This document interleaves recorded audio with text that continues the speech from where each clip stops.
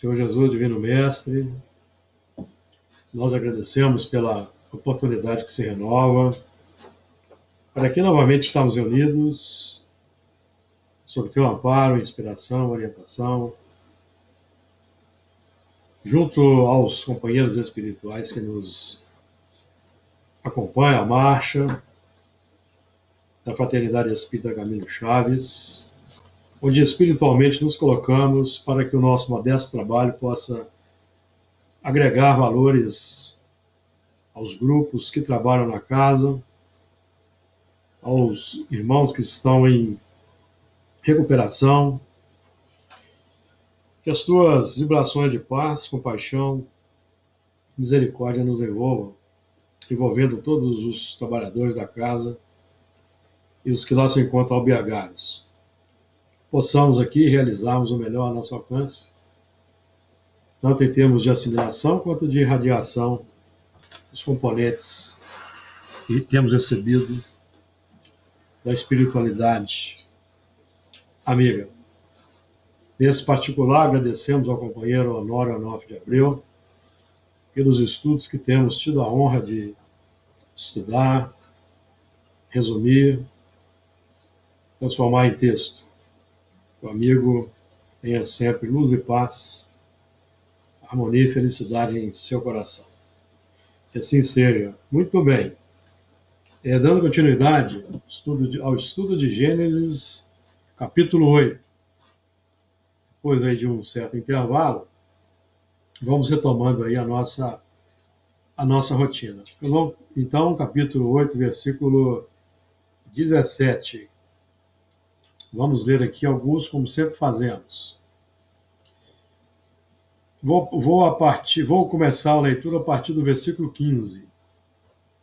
Então falou Deus a Noé, dizendo: sai da arca, tu e tua mulher, e teus filhos, e as mulheres de teus filhos contigo. Todo animal que está contigo, de toda a carne, de ave e de gado, e de réptil, e de todo réptil que se roja sobre a terra, traze fora contigo, e povoem abundantemente a terra, e frutifiquem, se multipliquem sobre a terra. Então saiu Noé e seus filhos e sua mulher e as mulheres de seus filhos com ele. Todo animal, todo réptil e toda ave, e tudo que se move sobre a terra, conforme as suas famílias, saiu para fora da arca. E edificou Noé um altar ao Senhor. E tomou de todo o animal limpo e de toda a ave limpa e ofereceu holocausto sobre o altar. Muito bem. Nós estudamos os versículos 16 e hoje vamos então trabalhar o versículo 17. Está aí no texto, na tela, para os amigos.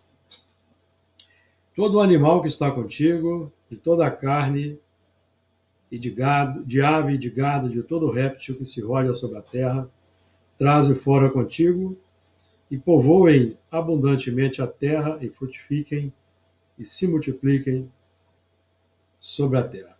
Então, nós já temos trabalhado bastante esses pontos que são repetitivos e repetimos aqui com os amigos que a repetição é a tônica da aprendizagem. Então, nós não nos cansemos de repetir, porque a repetição promove a sedimentação.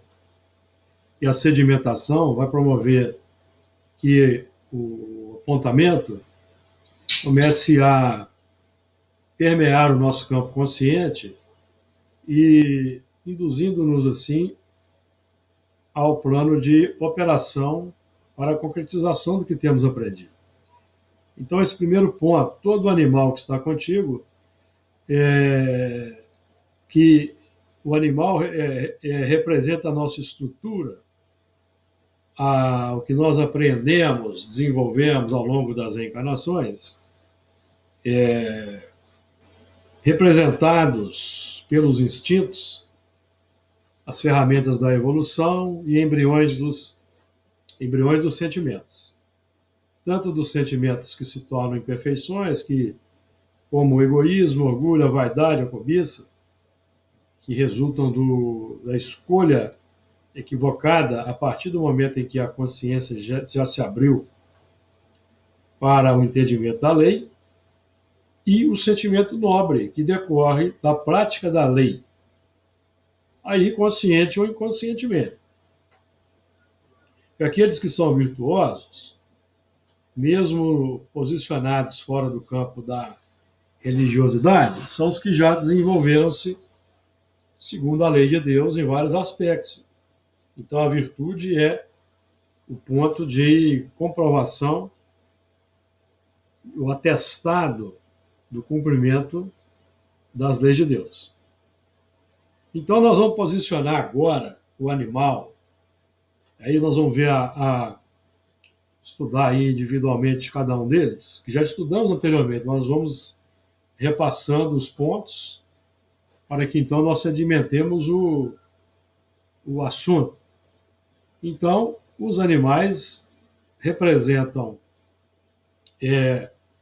as linhas instintivas operacionais que nós vamos agora posicionar no laboratório da sociedade e da vida, segundo a diretriz divina, porque Noé é aquele que iluminou a sua razão e trabalha de forma consciente com as leis divinas, obedecendo aos mandamentos divinos que nos chegam pelos profetas, pelos reveladores.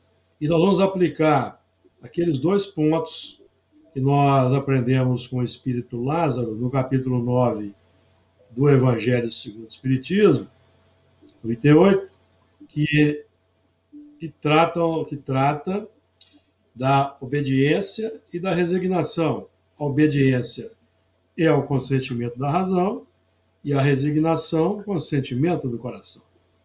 Então, nós vamos adotar a conjugação das 2 asas no processo de obediência e resignação.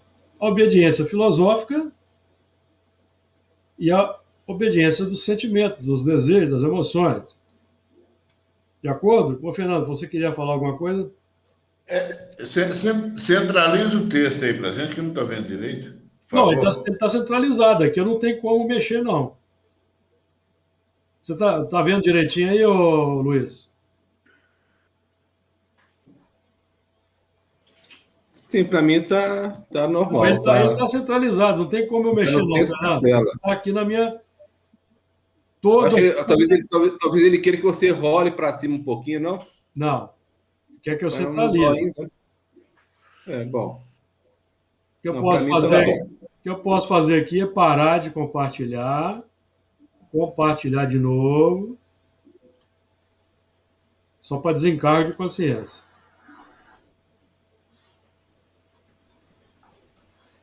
De todo animal que está contigo, de toda a carne, e de ave, e de gado, de todo réptil que se roja sobre a terra, traze fora contigo, povoe abundantemente a terra, frutifiquem e se multipliquem sobre a terra. Então, todo animal que está contigo. Aí nós vamos aqui agora trabalhando os detalhes. De toda a carne, nós já temos estudado bastante esse ponto. Fazendo a conexão com o que já estudamos anteriormente, a carne define o sentimento que brotou da retirada da costela de Adão. É um símbolo. E define a abertura do sentimento. Ou melhor, o sentimento já existe. Aqui nós estamos trabalhando com o processo de conscientização do sentimento, sua identificação, a nomenclatura, a identificação do sentimento. Esse é o símbolo, tá certo? O que precede na linha hierárquica natural ao surgimento da razão é o instinto. É o instinto, tá? Porque a faculdade de pensar começa a surgir, até onde nós sabemos, segundo André Luiz, nas faixas animais da experiência do princípio inteligente. Começam a surgir os pensamentos relâmpagos, as ideias relâmpagos na faixa animal. O que precede esse movimento é exatamente o instinto, a sensação. O instinto é embrião do sentimento. Então, nós estamos trabalhando com sentimentos embrionários, sensações embrionárias, que começam a se abrir lá no reino das bactérias, que é o início do reino vegetal. Aí começa a surgir o tato nessas faixas aí. Então, o princípio inteligente vai sendo impactado de fora para dentro, para que de dentro para fora comece a abrir o campo da sensibilidade. Porque só depois é que vai surgir o pensamento, bem mais à frente. Bem mais à frente. E nós aprendemos que o sentimento é fonte do pensamento. Então é tudo, começa aí, certo? Então o instinto define autodefesa, movimento para segurar-se no contexto, buscando aí no campo da sensação que é melhor. O que é melhor. Então nós vamos observando, por exemplo, que já no campo das aves, até no campo do réptil, já começam os movimentos para vocalização, para verbalização, demonstrando para nós que já há presente uma capacidade embrionária de pensamento. Porque a vocalização define uma ideia relâmpago, que é o que nós podemos depreender quando lá os animais, aí a partir do réptil, por exemplo, já começam a emitir determinados sons. Nós já estudamos aqui. O réptil deu origem às aves, por exemplo, e aos mamíferos, deu origem a todos os animais, o réptil. Nós vamos notar que por exemplo, os peixes começaram a sair da água, surgiram os anfíbios, depois os répteis. Nós temos aí já estudamos isso aqui no nosso trabalho, peixes como o selacanto, que é um fóssil vivo, que já apresenta ali rudimentos de membros de locomoção. Tem peixes que se movem sobre a terra, tem peixes que têm uma característica anfíbia. Então aí nós estamos vendo aí os movimentos, tem peixes aí na África que saem da água, atravessam o terreno seco, buscando outros pontos de água e vão se locomovendo, movendo as barbatanas ali com pés. Então, é um movimento de evolução. Depois, os anfíbios, os répteis. Então, nós já vamos notar a partir dos anfíbios, por exemplo, emissão de sons, vocalizações. Embora embrionárias, essas vocalizações, tudo indica que já tem aí um pensamento rudimentar. Porque a vocalização é um desejo de comunicação. Então, os movimentos embrionários, que em determinados mamíferos já tem uma certa sofisticação, por exemplo, cetáceos, golfinhos, os símios, e os símios que já são hominídeos, como gorila, chimpanzé, orangotango, por exemplo, e vamos caminhando aí nessa direção. Diga lá, Luiz. Não, né, você está falando, e o próprio e a emissão de sons, ela também varia dentro de um animal, né? Varia Ele de tem, animal. emite um som, ele te avisa, ele emite um som diferente, né? Acho que refletindo isso que você está falando mesmo. Por exemplo, Interessante. os cetáceos, como as orcas, os golfinhos, os cachalotes, eles têm dialetos entre os grupos. Eles desconfiam que, inclusive, outro dia eu vi um estudo sobre isso, que os golfinhos, por exemplo, e a orca é um golfinho mais desenvolvido, eles desconfiam que eles, inclusive, dêem nomes aos membros do grupo, que eles dominam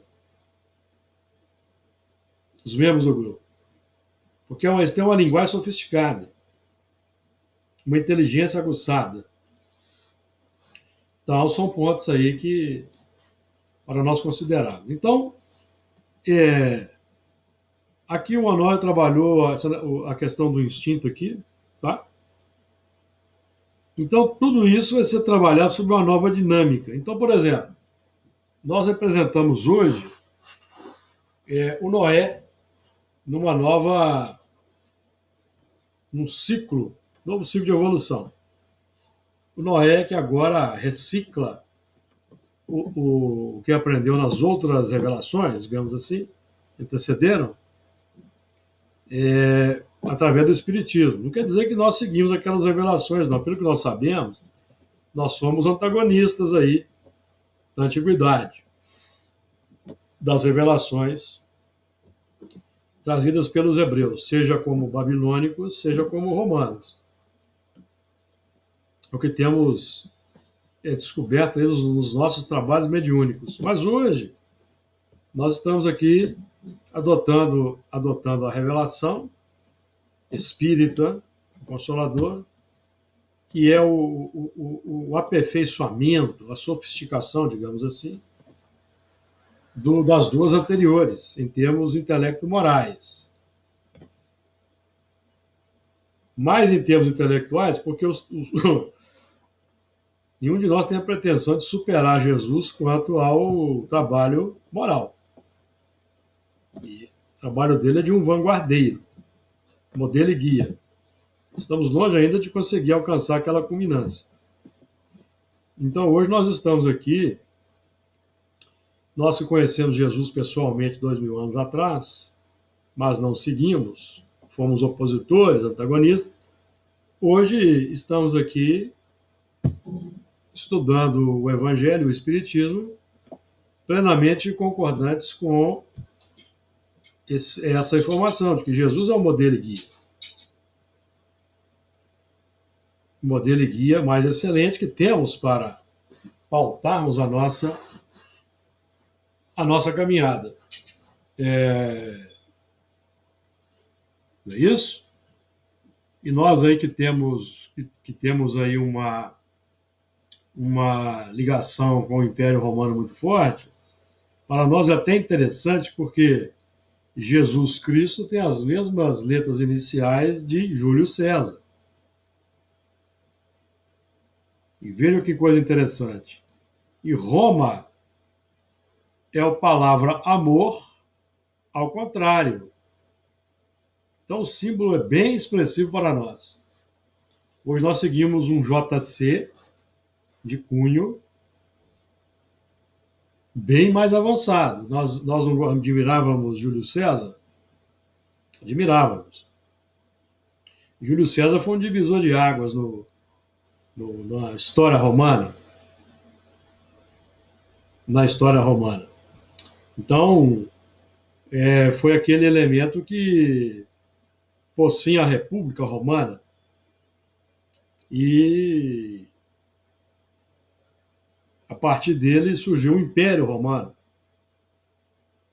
A República Romana que iniciou-se por volta de 500 e pouco antes de Cristo, com a queda da monarquia, e a República Romana que se iniciou aí em 509 antes de Cristo, para sermos mais precisos, terminou em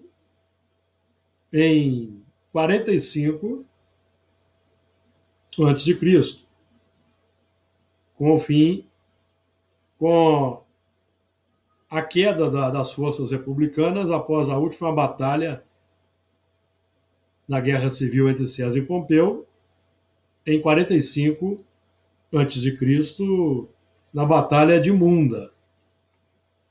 Em 44, Júlio César foi assassinado e em 20, se não me engano, 27, se não me engano, 27, me corrija depois, amigos, que se eu estiver errado, iniciou-se o Império Romano com a coroação de Augusto. Ô, Júlio, Diga lá. está na parte de história aí.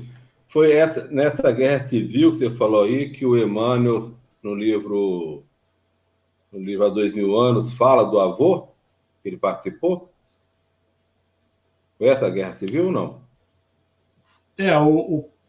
O Públio Lentulus Sura, que é o avô do Públio Lentulus Cornélio, Públio Lentulus Sura, avô do Públio Lentulus Cornélio, ele se envolveu na conspiração do Catilina. A conspiração. Que terminou em 63 a.C., graças à atuação de Cícero, o orador. O Catilina foi um personagem que iniciou o movimento de conspiração porque ele devia muito, tinha uma dívida muito grande. E não tinha como pagar aquela dívida. Então ele conseguiu agregar todos os grandes devedores de Roma e mais os foras da lei, digamos assim, os violentos, e tentou uma insurreição, um golpe de Estado da República Romana, em que ele iria liderar e, com seus seguidores, logicamente, extinguir as dívidas. Só que o grande orador Cícero, ele descobriu e ele denunciou em 63 a.C. Então, os personagens Júlio César e o Tito Labieno, que vocês conhecem aí dos nossos trabalhos, eles eram aliados do Catilina nesse tempo. Segundo os historiadores, eles sofreram todas as agruras desse tempo, mas eles não se envolveram diretamente no movimento do Catilina. Eles ficaram à distância, certo? Aí depois passou o tempo, César, Pompeu e Crasso formaram o primeiro triunvirato. César, como na divisão que os três fizeram ali de Roma, César ganhou o governo da Gália Cisalpina, a chamada Gália Togada, que é a Gália romana aquém dos Alpes, e da Gália Transalpina, além dos Alpes, certo? Aí em 61 ele foi para lá, e em 58 começou a Guerra das Gálias, 58 a 52. 58 a 52. Em 49, terminando a Guerra das Gálias, César buscou. É uma longa história, não vou falar da história toda aqui, evidentemente, só estou falando nos detalhes. César tentou dar um golpe e se tornar o ditador de Roma. Então encontrou a oposição do Senado, encabeçada pelo Cícero, mesmo orador, que convocou Pompeu, que estava já aposentado das legiões, para que ele liderasse os republicanos contra César. Aí, nesse momento, o legado de César, que era o Tito Labieno, teve grande destaque na Guerra das Galhas, se posicionou ao lado do antigo aliado Pompeu. E uma outra longa história. Então inicia-se em 49 a Guerra Civil entre César e Pompeu. Os eventos emergiram lá nos nossos trabalhos, não sei se vocês vão se recordar, com muito detalhe que nos impressionaram.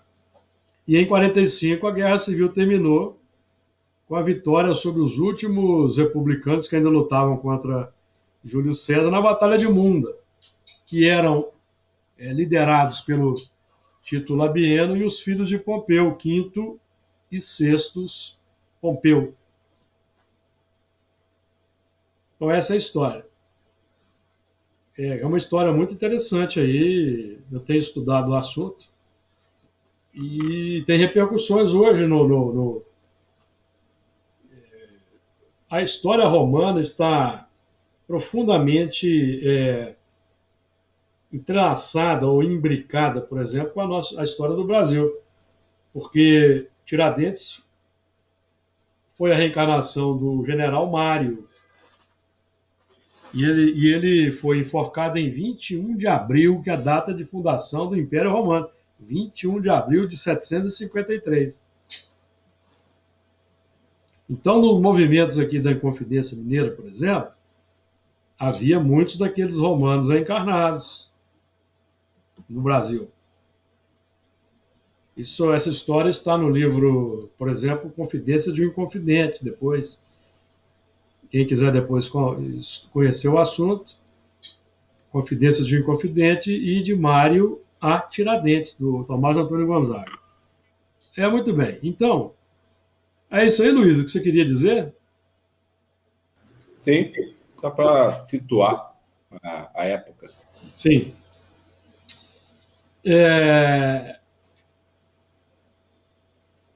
Muito bem. Então, de toda a carne, de ave, a ave define os lances.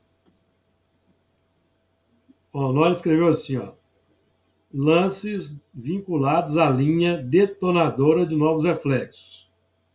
O que ele está dizendo aqui? Porque a ave simboliza a ideia, o pensamento. Então, para que nós possamos desenvolver novos reflexos, é preciso renovar as ideias. Nós estamos tentando, por exemplo, sedimentar as leis de Deus no plano aplicativo, no plano prático. Plano prático. E isso para quê? Para detonar reflexos novos. Porque os nossos reflexos ainda são reflexos na pauta instintiva. Nós já temos conversado muito sobre isso nos nossos estudos. São aquelas reações. O reflexo novo. Então, a mente trabalha como um espelho. O espelho capta e reflete. Então, a mente, através dos olhos da alma, não é isso? Recebe as imagens e reflete alguma coisa. Então, a imagem entra na nossa casa mental e emerge o reflexo, que são as emoções automáticas. E essas emoções automáticas, que emergem pelos reflexos de forma natural, elas falam do nosso estágio de evolução.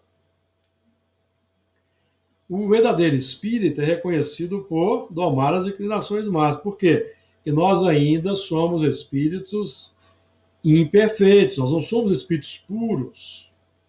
E os reflexos são aqueles movimentos, aqueles conteúdos que emergem, sobre os quais vamos tomando consciência para o trabalho de renovação, de transformação.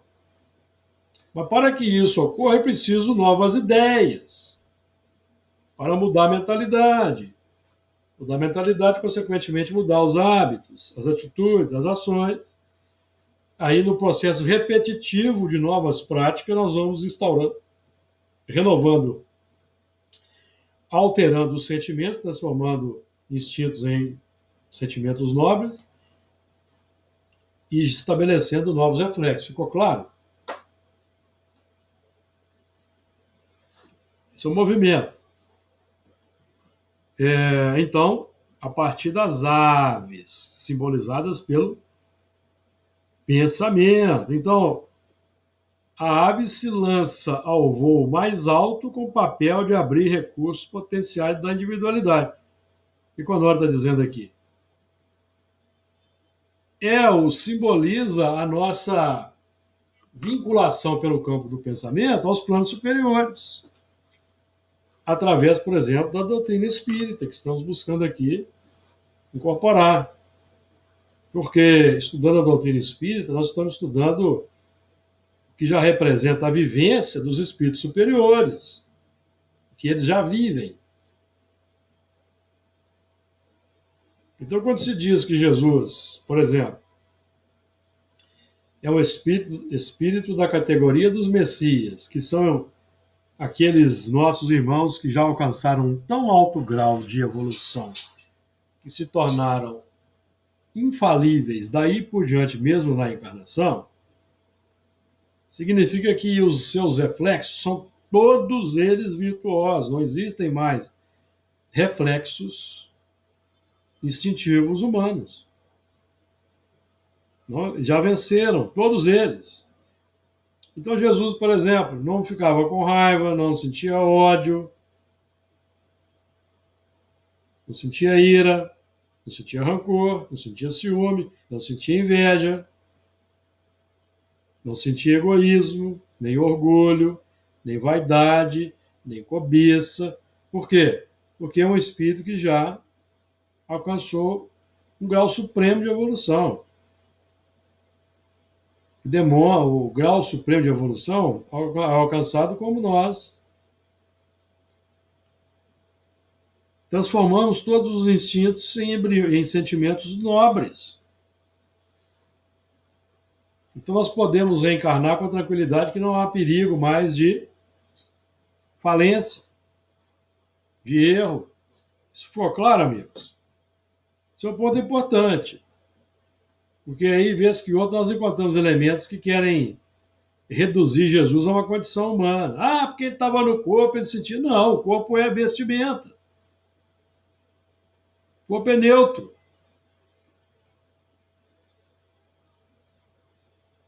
O corpo é uma roupagem. De acordo?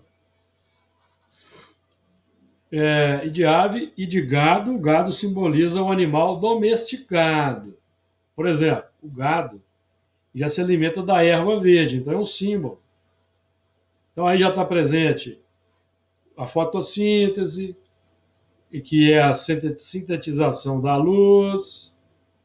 Aí o vegetal, por exemplo, verde, é verde por causa da clorofila, que resulta da sintetização da luz, ele produz ali fruto, produz flor, produz fruto. Então, trazendo para a nossa condição humana atual a capacidade de nós recebermos a luz de Jesus e sintetizá-las na intimidade. Nós vamos alimentar do pão. Jesus é o pão que desceu do céu. O pão é feito com base no vegetal, no fruto do trigo, que é o fruto do vegetal. Aí todo um processo de maceração do trigo, fermentação, depois cozimento e tal, toda uma elaboração lenta, com todo um símbolo aí embutido, e hoje nós estamos nos alimentando do pão que desceu do céu, não mais do pão que sobe da terra, mas o pão que desceu do céu. Então nós estamos aí tentando nos descolar da animalidade e nos vincular à angelitude, utilizando-nos na faixa de serviço em que estamos posicionados, potencializados pelo conhecimento do espírito adquirido, que nos permite operar num novo patamar de ação no mundo, diferente dos selvagens e dos semi-civilizados. E até dos mais adiantados intelectualmente falando, mas que são indiferentes ao sofrimento do próximo. Então, nós, estudando Espiritismo, estamos buscando nos desvincular da animalidade, de tudo que representa a animalidade, no mundo interior e no mundo exterior, exemplificando novas coisas, oferecendo um pão de conotação elevada para aqueles que não estão nos observando. Pão aí que já trabalhamos aqui quando estudamos, por exemplo, a parábola da mulher e do fermento, no capítulo 13 de Mateus, versículo 33. O reino dos céus é semelhante a uma mulher que toma do fermento e o introduz em 3 medidas de farinha, até que tudo esteja levedado. Então nós estamos trabalhando com a formação do quê? A preparação do pão, de um pão qualificado. Jesus é o pão que desceu do céu. Estamos aqui ingerindo e metabolizando esse pão. De vez em quando nós ainda fazemos conexões com mentalidades complexas, na pauta aí das preferências ideológicas do mundo. Nosso esforço é por assimilar a filosofia espírita, que é um humanismo extremamente qualificado. Então, a mulher que toma do fermento e introduz em 3 medidas de farinha, estamos falando de nós, individualmente falando, nosso sentimento que adota, que toma da sua... Porque é o seguinte, para que nós nos transformemos, é preciso que os sentimentos concordem, os desejos concordem, que os instintos concordem, as emoções concordem. Então, nós precisamos envolver o corpo emocional, digamos assim, numa nova ordem de ideias, numa nova mentalidade, que está aí simbolizada na parábola. 3 medidas de farinha. Primeira revelação, segunda revelação, e a terceira revelação, o Consolador. Então, nós vamos envolver a nossa característica particular de mentalidade no que representa no componente ideológico das 3 revelações. Moisés, Jesus, Consolador. Especificamente dentro do Consolador, nos 3 aspectos do Consolador: filosofia, ciência e religião. Então nós vamos, dentro das 3... É porque todas as revelações têm 3 aspectos. É que nós não costumamos abordar Moisés e Jesus segundo 3 aspectos. Quais são os 3 aspectos? É a filosofia, que é a mentalidade por trás da revelação.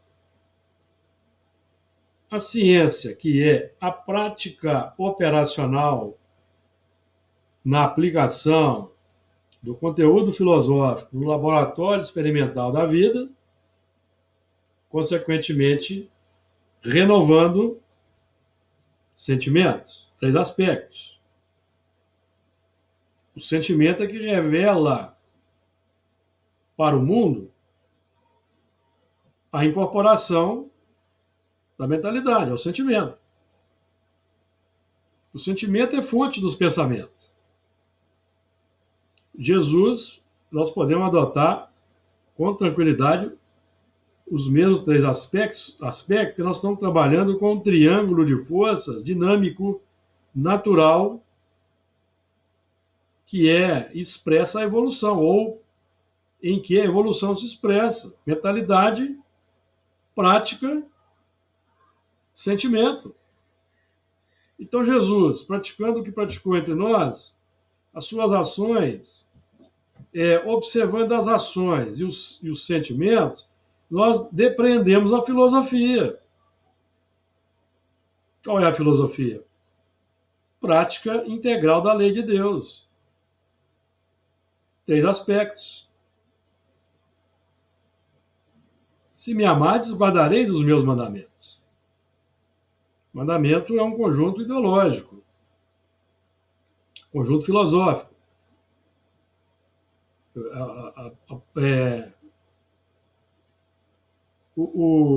A mentalidade que guiava Jesus, que é o substrato do seu pensamento, certo? E a doutrina espírita, três. Por isso que Emmanuel não vai trabalhar o assunto como um triângulo de forças no livro O Consolador.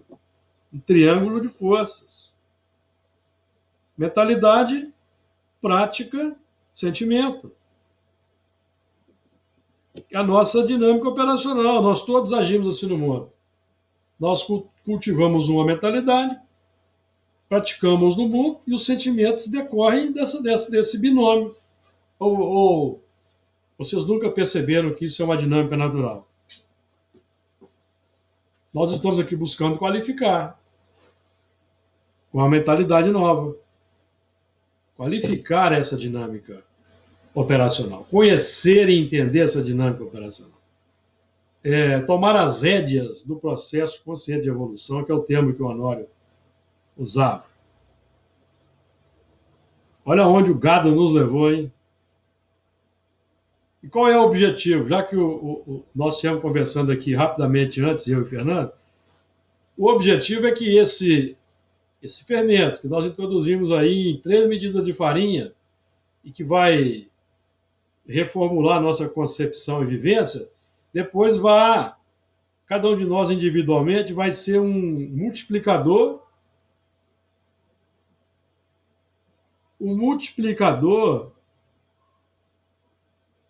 em meio aos 3 grandes grupos que compõem a humanidade. Quais são? Selvagens, semi-civilizados e os mais adiantados, que ainda não conhecem, por exemplo, o Espiritismo, não conhecem Jesus, a excelência dos seus ensinamentos. Claro? E de gado. Então nós temos aqui a ave, simbolizando os pensamentos mais nobres, mais elevados, que vão se vincular a planos superiores para a formação de novos reflexos. O gado, simbolizando que nós já somos capazes de adotar o movimento da resignação e da obediência,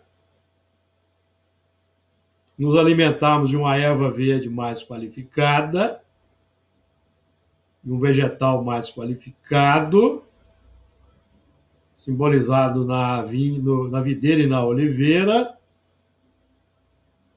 saindo da condição de comer uma erva rasteira, certo? Embora na erva rasteira, porque o trigo ainda é uma erva rasteira, não é? Não é relativamente rasteira, mas vejam bem o símbolo. Com o trigo, que é uma erva rasteira muito simples, não tão elaborada quanto uma árvore, nós já podemos fazer um pão diferenciado. Certo? Ou seja, nós vamos encontrar condições de avançar mesmo na simplicidade, amigos. Não precisa de sofisticação, isso que nós estamos querendo dizer. Diga lá, Luiz. O simbolismo do gado, a gente pode acrescentar o trabalho também, não? Trabalho. Sim, o trabalho, o trabalho está todo embutido aqui, ó. Começa. Aqui nós estamos trabalhando o movimento interno de pensamento, renovação, adoção de nova mentalidade, buscar um alimento mais qualificado. O trabalho começa aqui, ó. E povoem. Então, podemos dizer assim, esse movimento aí inicial do versículo 17, todo animal que está contigo, toda a carne de ave, de gado e de réptil, que vamos falar agora, é o trabalho interior, de identificação, de cotejo dos valores amealhados, conhecimento do potencial e da capacidade, o uso que estamos fazendo, não é? Porque a ave define o uso pelos lances, pelos voos do pensamento para o plano elevado, define o bom uso, ao passo que o réptil define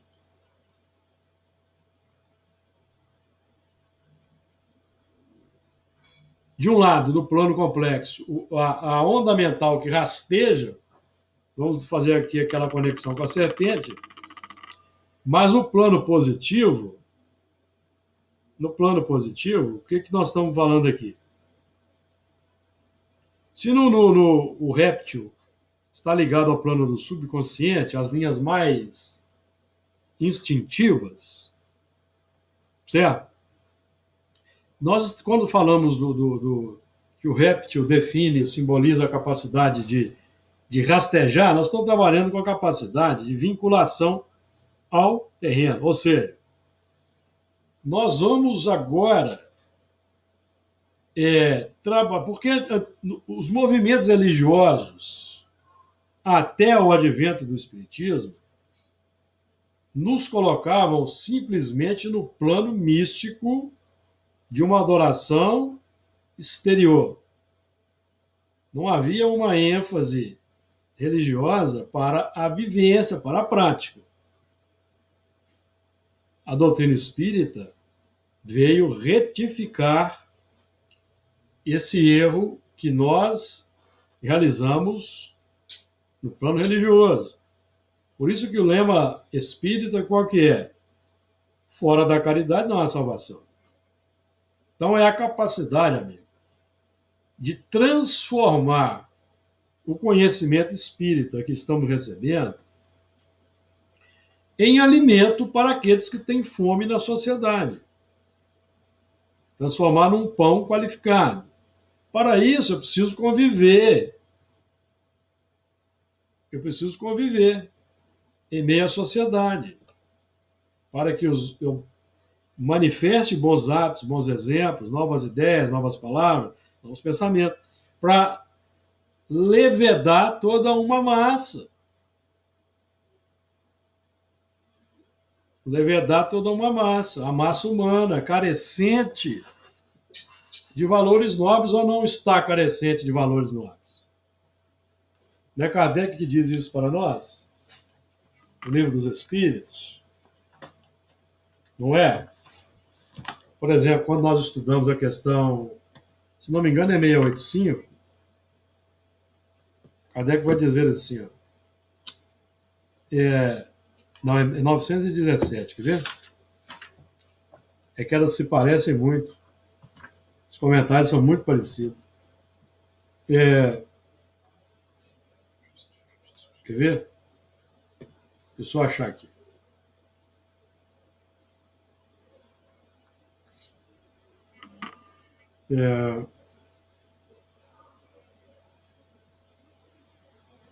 Deixa eu ver se é 685. Você, Luiz, você quer falar alguma coisa enquanto eu procuro aí?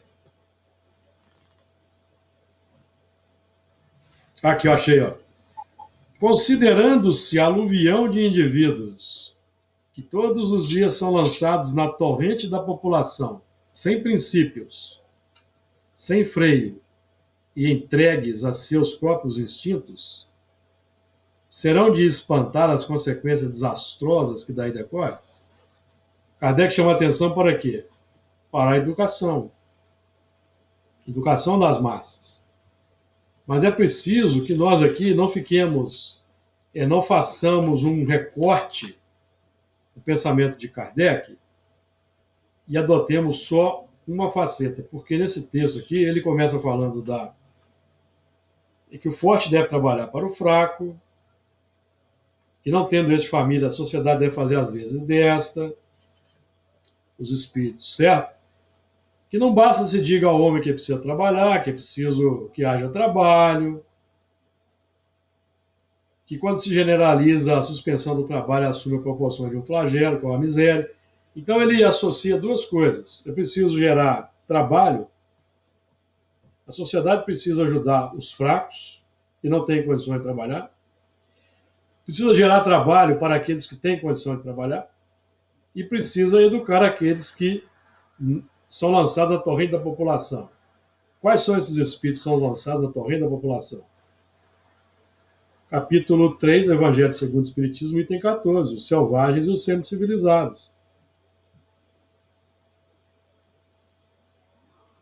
Considerando-se aluvião de espíritos que todos os dias são lançados na torrente da população, sem princípios, sem freios, e entregues a seus próprios instintos, serão de espantar as consequências desastrosas que daí decorrem? Eles são lançados pela reencarnação. E esse movimento de reencarnação acontece à revelia do governo de Jesus? Não.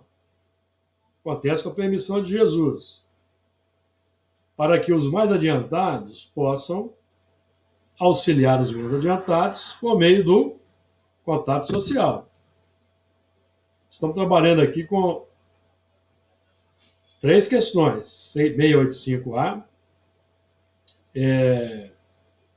779, do Livro dos Espíritos. 2. De acordo? Que a lei do progresso ela é inerente, ela é natural e o espírito se desenvolve por si mesmo. Mas como o progresso é lento, então os mais adiantados auxiliam os menos adiantados por meio do contato social. Só que ao longo da história, os mais adiantados do ponto de vista religiosos, que fomos nós mesmos no passado, quando envergamos a batina e os hábitos religiosos, nós dissociamos a religião do campo social da atividade humana. Então, deixou de haver aquela educação propositiva. Pelo exemplo que arrasta, como Jesus fez. O Espiritismo surge no século XIX como resposta ao anseio filosófico na França para corrigir esse desvio. E quando nós vamos repetindo um movimento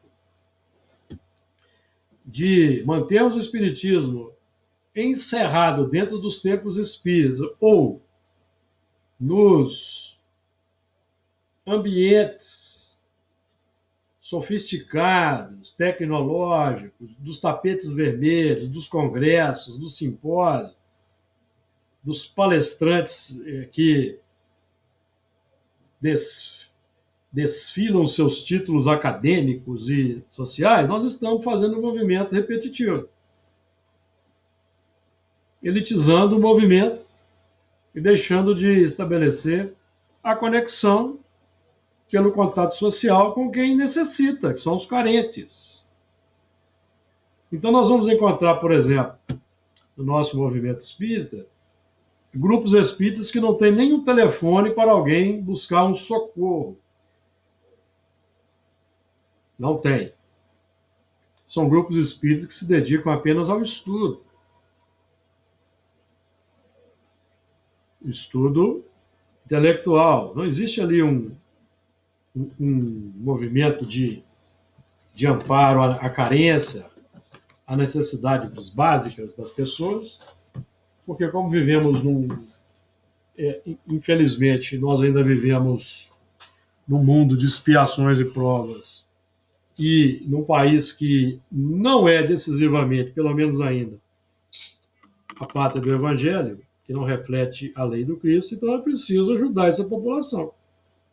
E a capacidade ancestral, desde os primórdios, desde quando saímos da água, biologicamente falando, começamos a rastejar no solo, nós já trazemos embutida em nós a capacidade de conexão com o plano físico. E é por isso que reencarnamos, por uma dupla necessidade. Pela atração que a matéria ainda exerce sobre nós, e pela necessidade de exemplificação do avanço que já realizamos. Então, esse é o trabalho.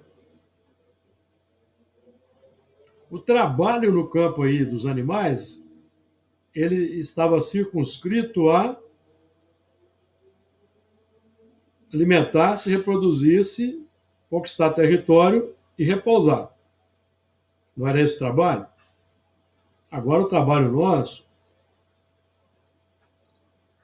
é de identificar o que nós trazemos na intimidade, bem descrito aqui nesses primeiros movimentos, e depois o trabalho operacional.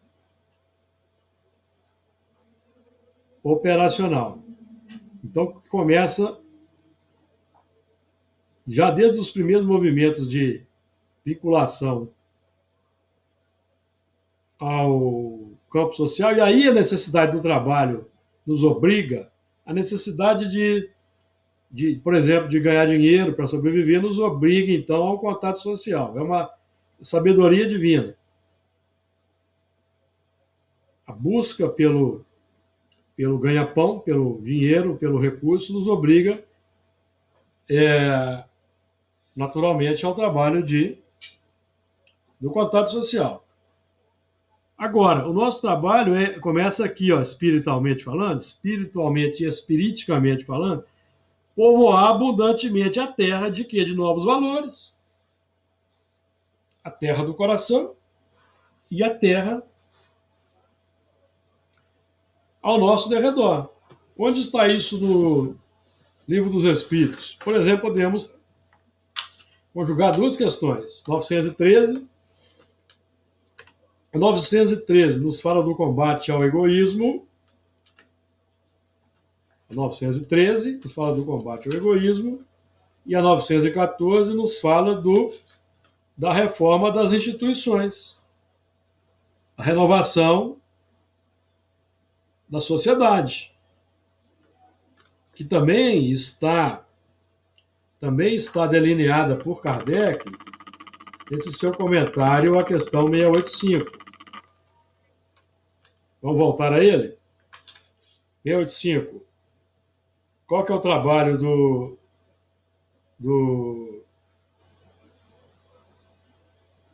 Não, é na 917.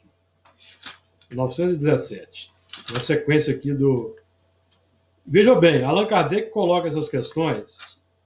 913. Combate ao egoísmo. 914. Reforma das instituições. E a 917, que é a prática operacional para destruir o egoísmo, no capítulo 3, da parte terceira, capítulo 12, que se chama da perfeição moral. Vejam que interessante. Então, a perfeição moral está ancorada, está alicerçada, fundamentada na conexão com a sociedade, amigos. Então, ele vai dizer assim, na 917, entre outras coisas, ele vai falar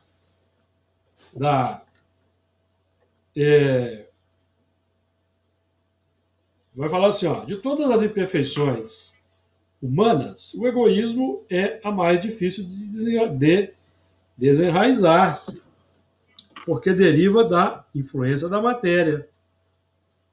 Influência de que o homem, ainda muito próximo de sua origem, selvagem e sempre civilizado, lembram-se? Próximo de sua origem. Não pôde libertar a influência de que o homem, ainda muito próximo de sua origem, não pôde libertar-se, para cujo entretenimento tudo concorre. Suas leis, sua organização social, sua educação. Aí ele vou dar um salto aqui para não repetir, que já foi dito. Ele vai dizer assim, para trabalhar o egoísmo. Quer ver?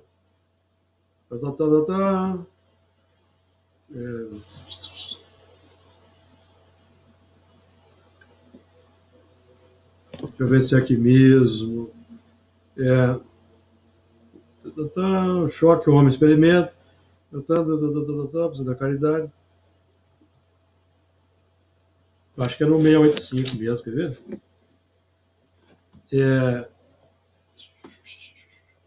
Deixa eu voltar aqui. O Luiz, quer comentar enquanto eu acho o texto aqui? Eu vou achar, eu tenho aqui grifado. Não vou falar nenhum.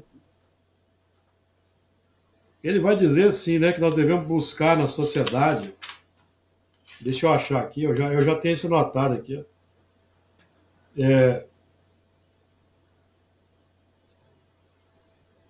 Procurem-se em todas as partes do organismo social. 917. Então aqui, ó, qual que é o trabalho? Procurem-se em todas as partes do organismo social. Da família aos povos, da choupana ao palácio. Todas as causas, todas as influências que ostensiva ou ocultamente excitam, alimentam e desenvolvem o sentimento do egoísmo. Então é o trabalho. Combater no mundo interior, transformar a sociedade, combater no mundo exterior. Não é? O que leva muita gente, por exemplo, a querer a buscar as chamadas revoluções armadas.